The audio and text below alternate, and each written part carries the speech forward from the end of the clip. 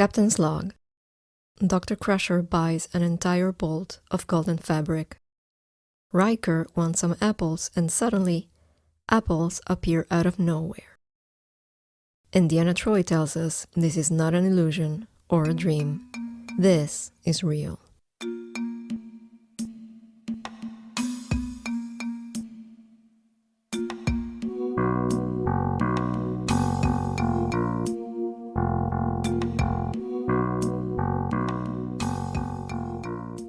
Hi, I'm Broccoli.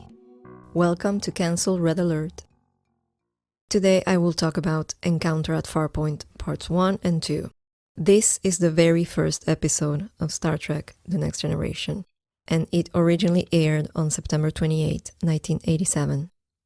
First, I will talk about how this pilot is our introduction to the main characters of The Next Generation, and I will identify some references to the original series. Then I will address what I think are the two main themes of the episode: the human condition and the fate of humanity, and how in this episode the lines between what's real and what is not real are blurred. So, come with me, grab a warm mug of plummy tea, and let's see what's out there.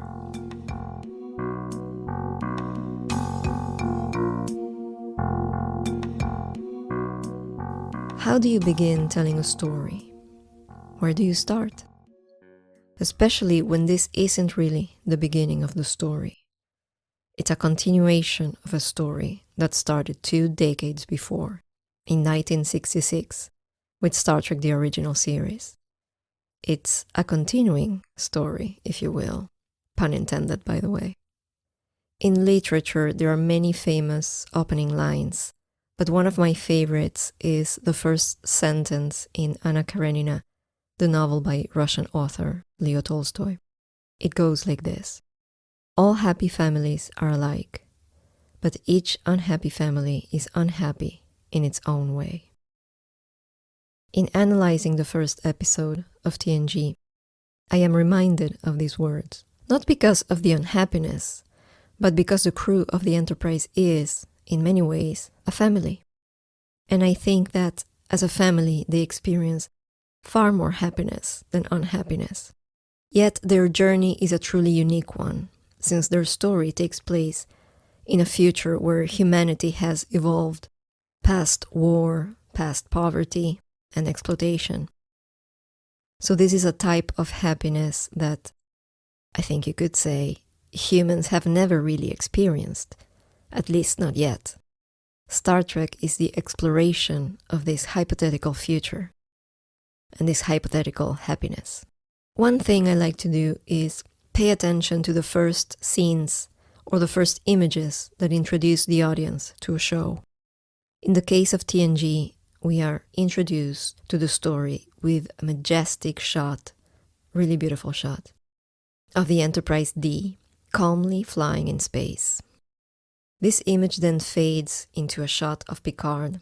He's standing in the dark, we can't really see him, we can only see his silhouette, and as he steps forward and the camera gets a close-up, only half of his face is revealed to us. The other half is covered by a shadow. I find this entrance to be so mysterious, very intriguing. We want to know more about this man. I think this is a very powerful way to introduce the audience to the captain who will lead the Enterprise for the next 7 years. So this is how we essentially establish first contact with the Next Generation. Then we see Picard walking around the warp core, going into the bridge. Now, there's something that I like very much about this first scene with Picard on the bridge. As he goes there, the main characters that we see are Tasha Yar, Worf, Deanna Troi, and Data. Out of all of them, Tasha is the only human. As we know, Worf is a Klingon, Deanna is half human, half Betazoid, and Data, of course, he is an android. So Picard is this human captain who is working alongside mostly aliens. I really like this because it's emblematic of the diversity in Starfleet and diversity as a core Star Trek value. The Enterprise, with its new captain, is embarking on its first mission. Now, this first mission will take them to Deneb 4, where they will visit the Farpoint starbase. However, on the way there, they meet Q. Q is an omnipotent being who threatens to kill everyone on board unless the ship goes back to Earth. Q wants to challenge humanity. He thinks, or it thinks, that we are a backwards, savage race. And because of this, he thinks we don't have the right to explore space. For Picard, this is an invitation to explore even more and to find out who this highly powerful being is. This leads to Picard testing and pushing the limits of the Enterprise D. So we get to see what this Enterprise can do, its warp capacity and its limitations, the main viewer, the different battle maneuvers. We also get to see what the saucer separation looks like, which is always exciting. And we see the senior officers on the battle bridge. We get to see Picard as a fighting captain, or a warrior captain, which is an interesting choice because that won't happen a lot after this episode.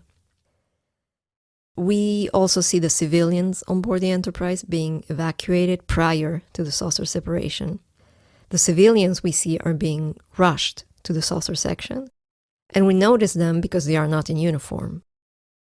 Also, a lot of these civilians are children. This is very different from the original series, as there weren't civilians on board the Enterprise in the original series, and there certainly weren't any children. The Enterprise from the Next Generation is a very different ship from the Enterprise on the original series. But for the moment, we're only getting a glimpse of this different dynamic, which will be explored at length during the 7 seasons of the show. Speaking of the original series, there are some moments in this episode that remind me of TOS, which I think it's important to point out since this is, after all, the first television episode of Star Trek after TOS and the animated series. So Q, the all-powerful alien, deploys a large force field in space in order to trap the Enterprise. This force field looks like a mesh or like a chain. This reminded me, of course, of the Tholian web from the original series. Also, when Riker finally arrives on the Enterprise, he catches up on what's happened in his absence. He sits down in front of a screen where he's shown all the events that he missed out on. So the encounter with Q threatening the Enterprise, and so on.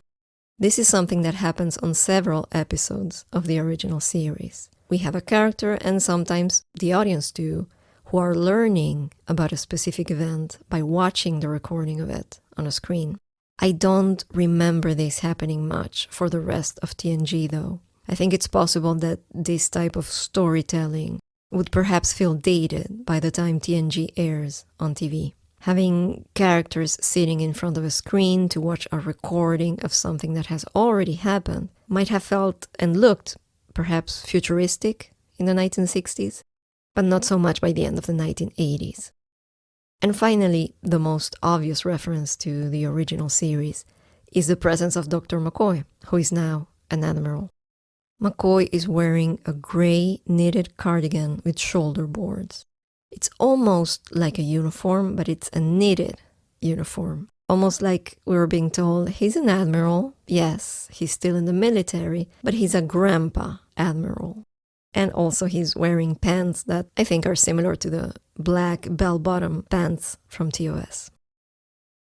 Now, on to the main theme of the episode. And this is a theme that is explored throughout the Star Trek franchise in general.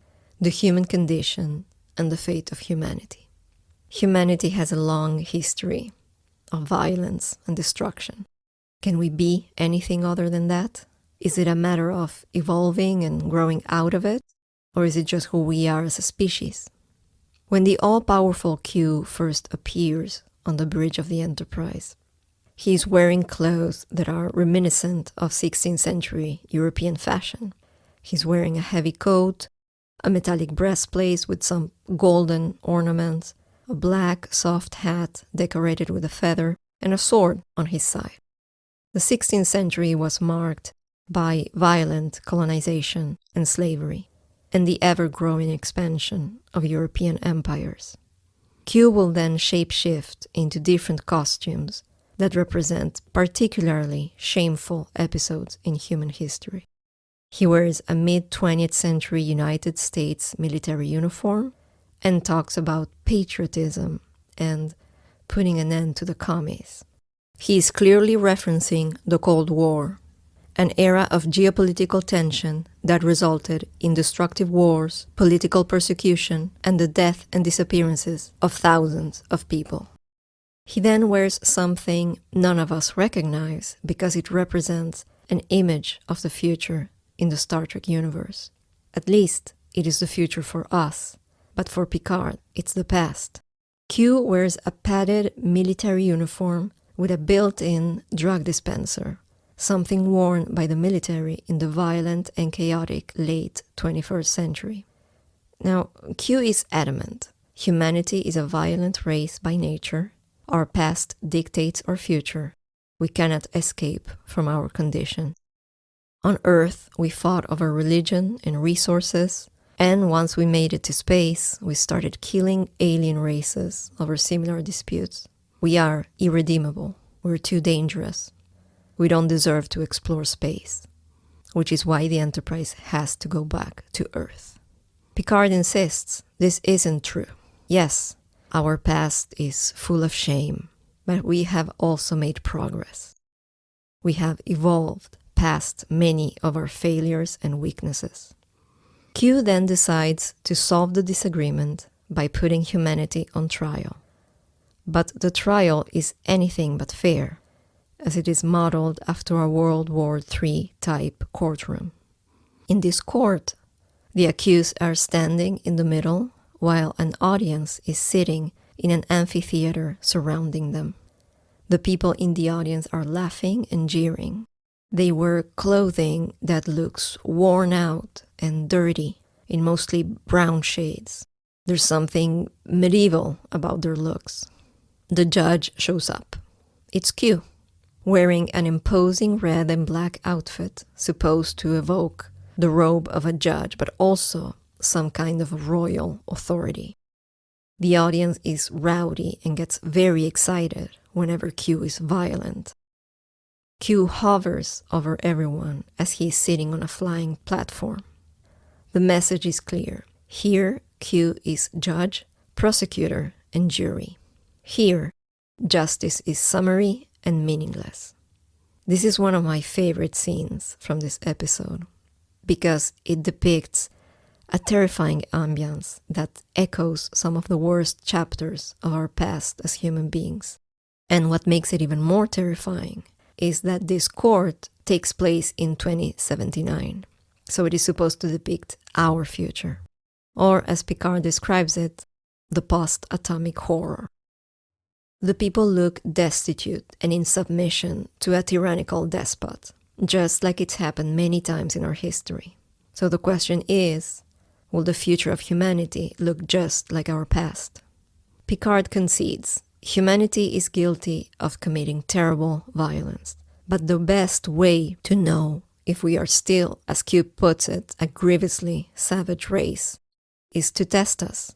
And what better way to test humanity than to see how the crew of the Enterprise carries out their continuing mission of exploration.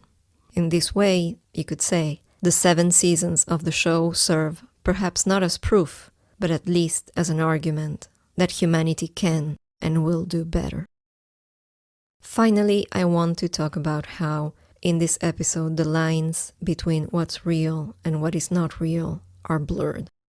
When Picard, Yar, Worf, Data, and Troy are somehow transported to the late 21st century court, Deanna Troi explains that whatever is happening around them is not an illusion, it is real. We don't know how. Maybe Q traveled in time, Maybe he somehow recreated the past, but the people, the violence, and the danger are all real. All we know is Q is a godlike, seemingly extra-dimensional, omnipotent being. So it makes sense that our human brains cannot comprehend his capacities. Later on in the episode, we get to see how people live on Deneb 4. Immediately, we notice a striking contrast between the simple, barren-looking old Bandy city and the technological and futuristic Farpoint station. In this station, we don't know how or why, but magical things seem to happen. Commander Riker asks for apple, and a bowl of apples suddenly appears. Dr. Beverly Crusher wants a golden piece of fabric, and the fabric immediately changes according to her desires. Of course, we later find out that the Bandy people built the impressive Farpoint station with all of its quasi-magical capacities by capturing a powerful space vessel lifeform and feeding off its powers. Farpoint station is an illusion. It is meant to impress the Enterprise crew and the Federation.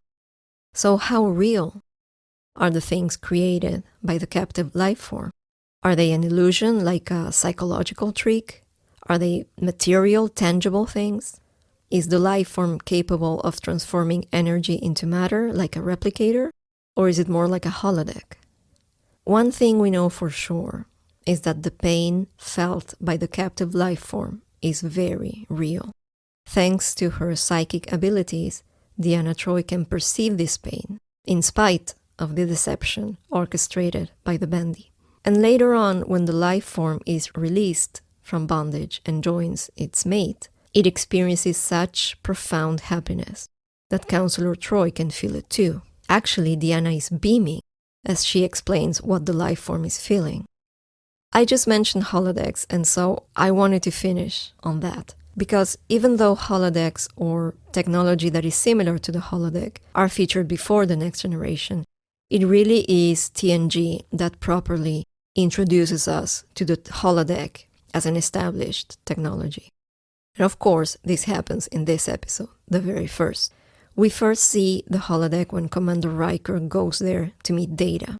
We see what looks like a green, lush forest with tall trees.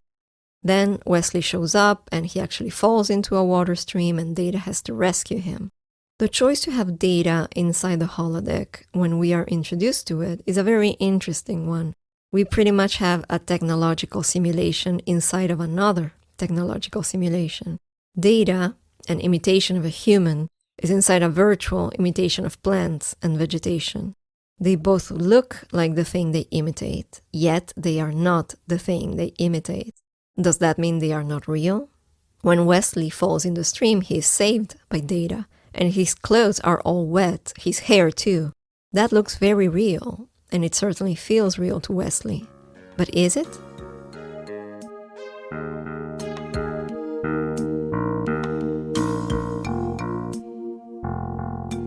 And this is the end of my comments on Encounter at Farpoint. I just finished drinking my plummic tea. It was delicious and very logical. Thank you for listening to my Star Trek musings. To conclude, I wanted to ask you, the listener, a question. In this episode, we see characters like Picard and Wesley talking about all the cool places and things this new Enterprise has. Wesley even mentions a low-gravity gymnasium. But there's also the bridge, the holodeck, the quarters, and the places we don't see yet in this episode, like the Forward or the Arboretum. If you were on board the Enterprise for its very first mission, which place or which area of the ship would you be most interested in visiting or seeing? And why? Leave a comment and tell me which place you would choose, because I would love to know. I think I would first go to see my quarters. I know, maybe it's a boring answer, but I would love to see the view from the window, just looking out into space, seeing the stars, maybe even other ships. So that's it from me. Until next time, live long and prosper.